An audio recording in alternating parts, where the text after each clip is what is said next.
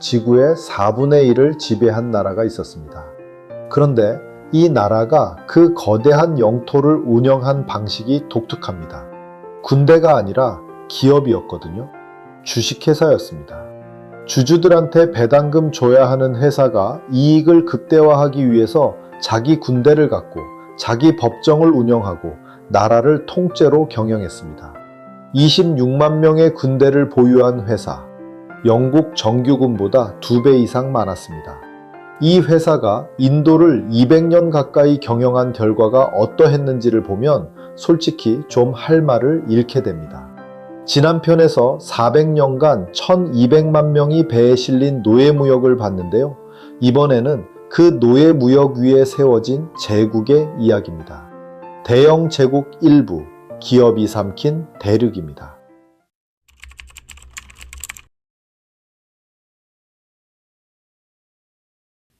지구 육지의 4분의 1, 전 세계 인구의 4분의 1.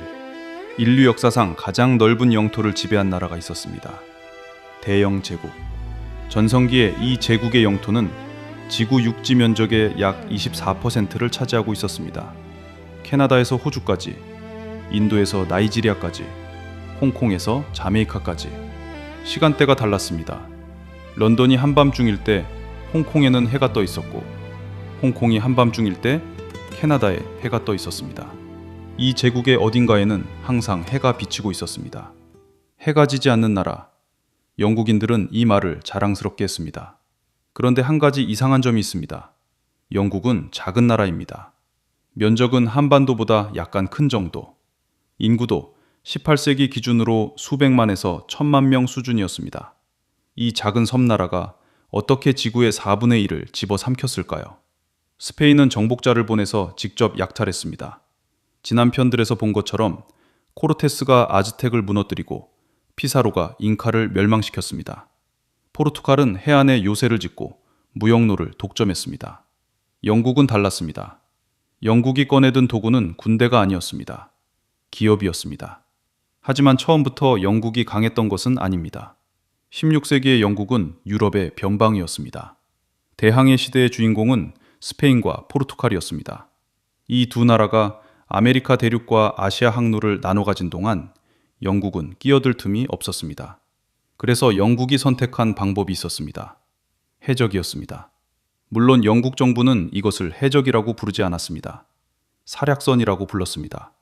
국왕이 공식적으로 허가증을 발급해서 스페인 상선을 약탈해도 좋다고 허락한 겁니다. 프랜시스 드레이크. 영국 역사에서 영웅으로 추앙받는 이 남자는 스페인 입장에서는 해적이었습니다. 드레이크는 스페인 상선과 식민지를 약탈하면서 막대한 부를 영국 왕실에 가져다 줬습니다. 엘리자베스 1세 여왕은 이 해적에게 기사자기를 내렸습니다. 그리고 1588년 스페인이 거대한 함대를 보냅니다. 무적함대 아르마다 130척의 전함에 병력 3만 명. 영국을 침공해서 해적지를 끝내겠다는 것이었습니다. 결과는 스페인의 참패였습니다. 영국 해군의 전술과 폭풍우가 무적함대를 무너뜨렸습니다. 이 승리가 전환점이었습니다. 스페인의 해양 패권이 흔들리기 시작했고 영국이 바다로 나갈 길이 열렸습니다. 하지만 영국은 스페인처럼 정복자를 보내지 않았습니다. 영국이 한 일은 훨씬 독특했습니다. 1600년 12월 31일 런던의 상인 218명이 모여서 회사를 하나 만듭니다. 엘리자베스 1세 여왕에게 동양과의 무역 독점권을 받아낸 겁니다. 이 회사의 이름은 동인도 회사. 처음에는 그냥 무역회사였습니다. 향신료를 사다 팔아서 이윤을 남기는 그런 회사. 그런데 이 회사가 200년 뒤에 무엇이 되었는지를 알면 1600년에 그 누구도 믿지 않았을 겁니다. 이 회사는 자체 군대를 갖게 됩니다. 자체 법정을 운영하게 됩니다. 자체 화폐를 발행하게 됩니다. 전쟁을 선포하고 조약을 맺고 영토를 지배하게 됩니다. 역사상 가장 강력한 기업이었습니다. 이 기업이 나라를 소유하게 됩니다. 그 나라는 인도였습니다. 그런데 이 회사가 처음부터 인도를 노린 것은 아니었습니다. 동인도 회사가 처음 눈독을 들인 것은 동남아시아였습니다. 후추, 육두구, 정향. 유럽에서 금값이었던 향신료의 산지가 동남아시아에 있었습니다. 문제는 먼저 자리를 잡은 나라가 있었다는 겁니다. 네덜란드였습니다. 네덜란드 동인도 회사 VOC. 영국보다 2년 늦은 1602년에 설립됐지만 자본금이 영국의 약 10배에 달했습니다. 네덜란드는 동남아시아 향신료 무역을 빠르게 장악해 나갔습니다. 영국은 밀렸습니다. 1623년 결정적인 사건이 벌어집니다. 동남아시아 향신료 제도의 암보이나라는 섬에서 네덜란드가 영국 상인 10명을 체포해서 처형한 겁니다. 간첩 혐의였지만 사실상 영국에게 보내는 메시지였습니다.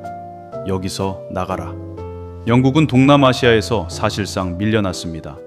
그리고 1667년에 벌어진 일은 더 흥미롭습니다. 2차 영국 네덜란드 전쟁의 결과로 브레다 조약이 체결됩니다. 이 조약에서 일종의 맞교환이 이루어졌습니다. 네덜란드는 북미에 있던 자기 식민지 하나를 영국에 넘깁니다. 뉴 암스테르담이라는 작은 마을이었습니다. 대신 영국이 넘긴 것은 동남아시아 반다 제도의 작은 섬 눈이었습니다. 육두구가 나는 섬이었습니다. 당시 기준으로 이 거래는 네덜란드의 압승이었습니다. 향신료가 금값이던 시대에 육두구가 나오는 섬 하나가 북미의 황무지보다 훨씬 값어치가 있었으니까요. 네덜란드는 향신료를 가져갔고 영국은 황무지를 가져갔습니다. 그런데 그 황무지의 이름이 바뀝니다. 뉴 암스테르담이 뉴욕이 됩니다. 지금 세계 금융의 중심 맨해튼입니다. 역사의 아이러니입니다. 하지만 그건 200년 뒤의 이야기이고 당시 영국 동인도 회사는 갈 곳을 잃었습니다. 동남아시아에서 밀려난 영국이 눈을 돌린 곳, 인도였습니다. 처음에는 소박하게 시작했습니다. 인도 해안의 무역 거점 몇 곳을 확보했습니다. 서쪽 해안의 수라트, 동쪽의 마드라스, 서쪽의 봄베이, 그리고 동쪽의 캘커타. 향신료 대신 인도의 면직물과 염료를 사들여서 유럽에 팔았습니다. 이것만으로도 꽤 돈이 됐었습니다. 하지만 동인도 회사의 야망은 여기서 멈추지 않았습니다. 17세기 말 인도에 변화가 생기기 시작합니다. 300년간 인도를 지배해온 무굴 제국이 쇠퇴하기 시작한 겁니다. 1707년 마지막 강력한 황제 아우랑제부가 죽으면서 무굴 제국은 빠르게 분열됩니다. 인도 각지에서 지방 세력들이 독립하기 시작했고 이 세력들은 서로 싸웠습니다. 동인도 회사가 이 틈에 끼어들었습니다.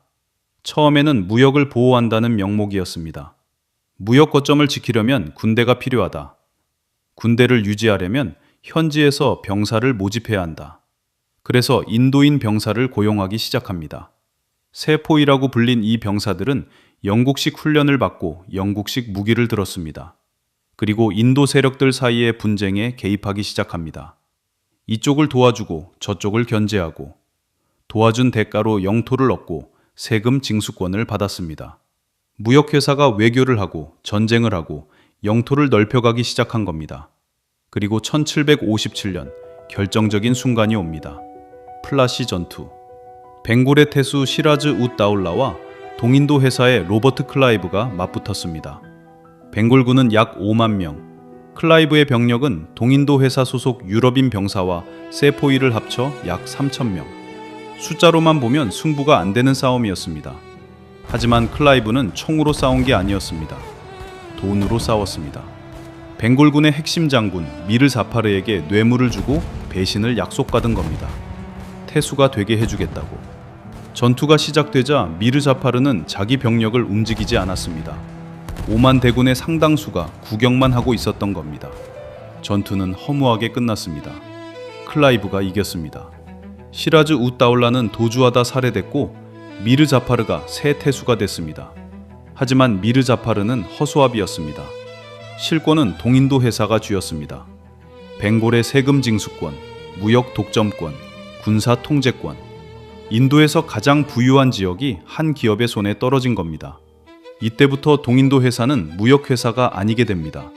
정부가 됩니다. 세금을 걷고 법을 만들고 재판을 하고 군대를 운영했습니다. 전성기 동인도 회사의 자체 군대는 약 26만 명이었습니다. 같은 시기 영국 정규군보다 2배 이상 많은 규모였습니다. 한 기업이 영국 정규군보다 큰 군대를 보유하고 있었던 겁니다. 이 기업이 인도를 어떻게 경영했는지가 중요합니다. 주주들에게 배당금을 줘야 하는 회사였으니까요. 이윤을 극대화하는 방식으로 인도를 운영했습니다. 그 운영 방식이 인도에 무엇을 남겼는지, 그것은 처참한 결과로 나타나기 시작합니다. 동인도 회사는 인도를 회사처럼 운영했습니다. 목표는 하나였습니다. 이윤. 런던에 앉아있는 주주들에게 배당금을 줘야 했으니까요. 가장 먼저 한 일은 세금이었습니다. 플라시 전투 이후 벵골의 세금 징수권을 장악한 동인도 회사는 농민들에게서 세금을 걷기 시작합니다. 세율은 무굴 제국 시절보다 훨씬 높았습니다. 거둔 세금은 인도에 쓰이지 않았습니다. 런던으로 보내졌습니다.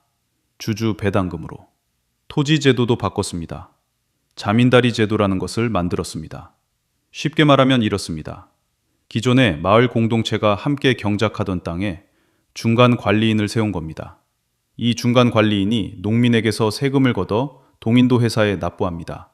관리인은 자기 몫을 떼고 동인도 회사는 자기 몫을 가져갑니다. 농민은 이중으로 수탈당한 겁니다. 그런데 동인도 회사가 인도에서 한 일 중 가장 파괴적인 것은 따로 있었습니다. 인도의 산업을 무너뜨린 겁니다. 지금은 잘 알려져 있지 않지만 18세기 이전까지 세계 최고의 면직물은 인도에서 나왔습니다. 인도 면직물의 품질은 유럽이 따라갈 수 없는 수준이었습니다. 특히 캘리코라고 불리는 인도산 면직물이 유럽에 수입되면서 폭발적인 인기를 끌었습니다. 가볍고 세탁이 쉽고 색이 선명했습니다. 유럽의 양모나 견직물보다 모든 면에서 우월했습니다. 그런데 이것이 영국에서 문제를 일으킵니다. 영국의 양모 산업과 견직물 산업이 직격탄을 맞은 겁니다. 인도산 캘리코가 쏟아져 들어오니까 영국산 직물이 안 팔렸습니다. 양모업자들과 직물업자들이 분노했습니다. 시위가 벌어졌습니다. 거리에서 인도산 캘리코를 입은 여성들을 공격하는 일까지 벌어졌습니다. 옷을 찢고 산성 액체를 뿌리기도 했습니다. 오늘날로 치면 외국산 제품 불매 운동이 폭력으로 번진 것과 비슷했습니다. 결국 영국 의회가 움직입니다. 1720년 캘리코법이 통과됩니다. 인도산 면직물의 사용을 법으로 금지한 겁니다. 세계 최고 품질의 제품을 법으로 막았습니다. 자유무역을 외치던 나라가 자기에게 불리할 때는 보호무역을 한 겁니다. 이 보호 아래서 영국의 면직물 산업이 자라기 시작합니다. 방적기가 개량되고 방직기가 발명되고 증기기관이 공장에 들어갑니다. 산업혁명의 핵심 동력 중 하나가 바로 면직물 산업이었습니다. 그리고 산업혁명 이후 상황이 완전히 뒤집힙니다. 이제 영국산 면직물이 인도로 역수출됩니다. 그것도 강제로. 인도의 직조공들은 영국산 면직물과 경쟁할 수 없었습니다. 기계로 찍어낸 영국산이 수작업으로 만든 인도산보다 쌌으니까요. 거기에 영국은 자국 시장에서는 인도산 면직물에 높은 관세를 매겨 수입을 막으면서 인도 시장에는 영국산 면직물을 낮은 관세로 밀어넣었습니다. 영국 시장은 보호하고 인도 시장은 강제로 열어놓은 겁니다. 게임이 처음부터 기울어져 있었던 겁니다. 인도의 면직물 산업은 무너졌습니다. 수백 년간 세계 최고였던 산업이 수십 년 만에 사라진 겁니다. 인도 총독이었던 윌리엄 벤팅크는 1835년에 이렇게 보고합니다. 면직공들의 뼈가 인도의 평원을 하얗게 덮고 있다고. 인도는 더 이상 완제품을 만들어 파는 나라가 아니게 됐습니다. 원료를 캐서 영국에 보내는 나라가 됐습니다. 면화, 인디고 염료, 아편, 황마. 인도의 농민들은 자기가 먹을 쌀 대신 영국이 원하는 황금 작물을 심어야 했습니다. 철도도 이 맥락에서 이해해야 합니다. 영국은 인도에 대규모 철도망을 건설합니다. 근대화의 선물처럼 보였습니다. 하지만 철도 노선의 방향을 보면 본질이 드러납니다. 내륙의 농산물 산지에서 해안의 항구까지 인도의 도시와 도시를 연결하는 것이 아니라 원료를 항구까지 빠르게 실어내기 위한 수송로였습니다. 철도는 인도를 위한 것이 아니었습니다. 인도에서 빼내기 위한 것이었습니다. 이런 착취가 수십 년간 계속되면서 인도인들의 분노는 쌓여갔습니다. 그리고 1857년 폭발합니다. 세포이 항쟁. 동인도 회사의 인도인 병사 세포이들이 들고 일어난 겁니다. 직접적인 계기는 새로 지급된 총탄이었습니다. 탄약 포장에 소기름과 돼지기름이 발라져 있다는 소문이 퍼졌습니다. 힌두교도에게 소는 신성한 동물이고 이슬람교도에게 돼지는 부정한 동물입니다. 이 탄약을 입으로 물어뜯어 장전해야 했는데 양쪽 종교 모두를 모욕하는 행위였습니다. 하지만 이것은 도화선이었을 뿐입니다. 진짜 원인은 수십 년간 쌓인 분노였습니다. 세금 수탈, 토지 약탈, 산업 파괴, 종교적 모욕. 반란은 인도 북부 전역으로 퍼졌습니다. 델리, 러크나우, 칸푸르. 영국인들이 살해당했고 동인도 회사의 지배가 일시적으로 무너졌습니다. 하지만 반란은 진압됩니다. 영국의 대응은 잔혹했습니다. 반란 지역의 마을들이 불태워졌고 포로들은 대포 앞에 세워진 채 포탄으로 처형됐습니다. 세포의 항쟁은 실패했습니다. 하지만 이 항쟁이 가져온 변화가 하나 있었습니다. 영국 정부가 동인도 회사를 해체한 겁니다. 1858년 인도는 동인도 회사의 소유에서 영국 왕실의 직접 통치로 넘어갑니다. 빅토리아 여왕이 인도의 황후가 됩니다. 인도는 왕관의 보석이라 불리게 됩니다. 하지만 달라진 것이 있었을까요? 착취의 주체가 기업에서 국가로 바뀌었을 뿐 구조는 그대로였습니다. 세금은 계속 거쳤고 원료는 계속 실려나갔고 인도의 부는 계속 영국으로 흘러갔습니다. 그리고 이 구조가 만들어낸 가장 참혹한 결과가 나타나기 시작합니다. 곡창지대에서 사람들이 굶어 죽기 시작한 겁니다. 인도는 농업 대국이었습니다. 비옥한 평원, 풍부한 강수량, 수천 년에 걸친 농경 전통. 곡물이 부족한 땅이 아니었습니다. 그런데 영국 지배 하에서 이 곡창지대에서 사람들이 반복적으로 굶어 죽었습니다. 한두 번이 아니었습니다. 영국이 인도를 지배한 약 190년 동안 기록에 남아있는 대규모 기근만 최소 12차례, 사망자 수는 합산하면 수천만 명에 달합니다. 이것이 자연재해였을까요? 가뭄이나 홍수가 원인이었을까요? 가뭄은 있었습니다. 하지만 가뭄은 영국이 오기 전에도 있었습니다. 무굴 제국 시대에도 가뭄이 들면 흉작이 왔습니다. 하지만 무굴 시대에는 이 정도 규모의 대량 아산은 드물었습니다. 달라진 것이 있었습니다. 시스템이 달라진 겁니다. 영국 지배하에서 인도의 농업 구조가 근본적으로 바뀌었습니다.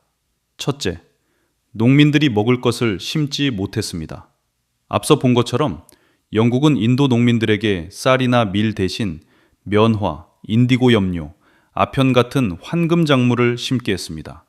영국에 팔 수 있는 작물이 우선이었습니다. 자기 먹을 식량 대신 수출용 작물을 심어야 하는 농민들. 평상시에는 그래도 버틸 수 있었습니다. 하지만 가뭄이 한번 오면 식량 여유분이 없었습니다. 둘째, 기근이 와도 곡물이 빠져나갔습니다. 이것이 핵심입니다. 인도에서 기근이 발생해도 인도산 곡물의 영국 수출은 중단되지 않았습니다. 사람이 굶어 죽고 있는데 같은 항구에서 밀이 영국으로 실려 나갔습니다. 시장 원리라는 명목이었습니다. 곡물 가격이 오르면 상인들이 알아서 곡물을 가져올 것이라는 논리. 하지만 현실은 달랐습니다. 곡물 가격이 오르면 굶주린 농민은 살 수가 없었습니다. 돈이 없으니까요. 1770년 벵골 대기근. 동인도 회사가 벵골을 장악한 지 불과 13년 만이었습니다. 가뭄이 들었고 쌀 수확이 크게 줄었습니다.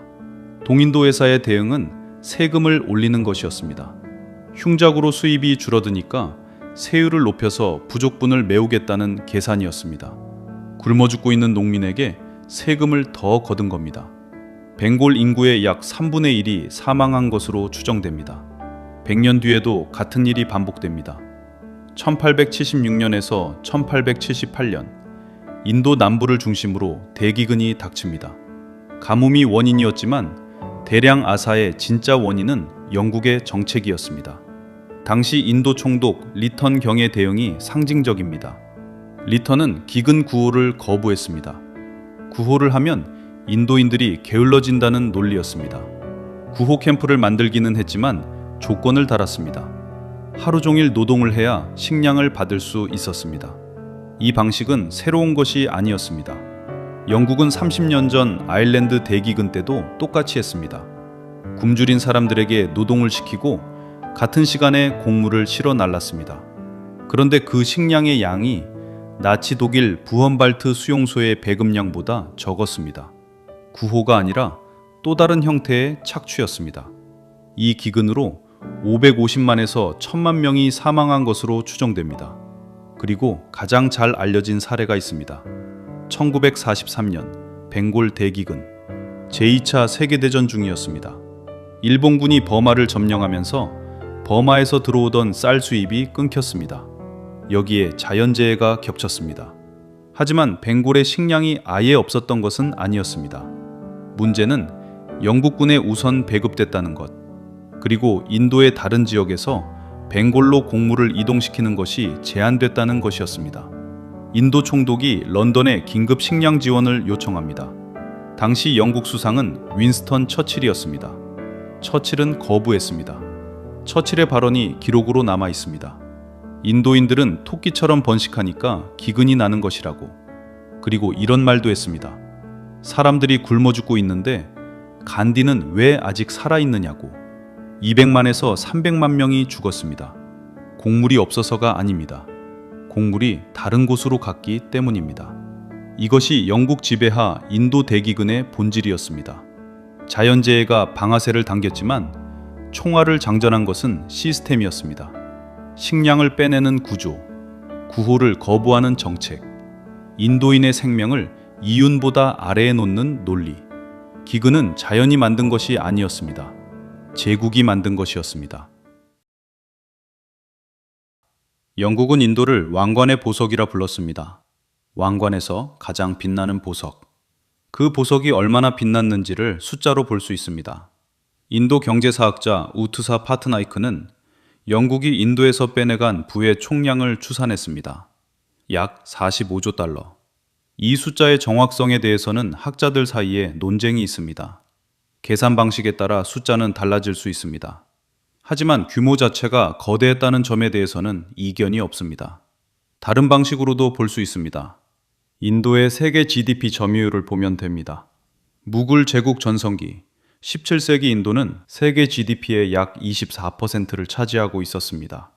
같은 시기 중국과 앞서거니 뒤서거니 하면서 세계 1위 경제대국을 다투고 있었고 서유럽 전체를 합친 것보다 압도적으로 큰 규모였습니다. 세계 경제의 4분의 1이 인도였습니다. 1947년 영국이 인도를 떠날 때 인도의 세계 GDP 점유율은 약 4%였습니다. 24%에서 4%로. 190년 동안 무슨 일이 벌어진 건지를 이 숫자 두 개가 말해줍니다. 인도의 부가 사라진 것이 아닙니다. 이동한 겁니다. 인도에서 영국으로. 3장에서 본 것처럼 세계 최고의 명직물 산업이 파괴되고 영국의 원료 공급지로 전락했습니다. 세금은 런던으로 보내졌고 곡물은 항구를 통해 실려 나갔습니다. 지난 편에서 본 것과 같은 흐름입니다. 노예무역에서 나온 자본이 리버풀과 브리스톨에 공장을 세우는 데 쓰였듯이 인도에서 빼낸 부가 영국 산업혁명의 또 다른 자양분이 된 겁니다. 카리브해의 설탕과 인도의 면화, 대서양의 노예 노동과 벵골의 세금, 대영 제국의 번영은 2위에 세워져 있었습니다. 영국인들은 이것을 문명화라고 불렀습니다. 인도에 철도를 놓아줬고 법체계를 만들어줬고 영어를 가르쳐줬다고. 이것이 영국이 스스로에게 한 이야기였습니다. 하지만 철도가 누구를 위한 것이었는지는 이미 봤습니다. 법체계가 누구의 재산을 보호했는지도 이미 봤습니다. 문명화라는 말 뒤에서 벌어진 일도 이미 봤습니다. 곡창지대에서 수천만이 굶어 죽었습니다. 세계 최고의 산업이 파괴됐습니다. 세계 경제의 4분의 1을 차지하던 나라가 세계 최빈국 수준으로 떨어졌습니다. 이것이 왕관의 보석의 진실이었습니다. 보석이 빛난 것은 그 빛을 빼앗았기 때문입니다. 하지만 대영 제국이 착취한 것은 인도만이 아니었습니다. 동쪽으로 더 가면 또 하나의 거대한 제국이 있었습니다. 중국. 그런데 중국에 대해서는 영국이 더 노골적인 방법을 썼습니다. 마약이었습니다. 처음에 기업이 나라를 경영했다고 했잖아요. 그런데 이게 과거의 이야기만은 아니라는 생각이 자꾸 듭니다.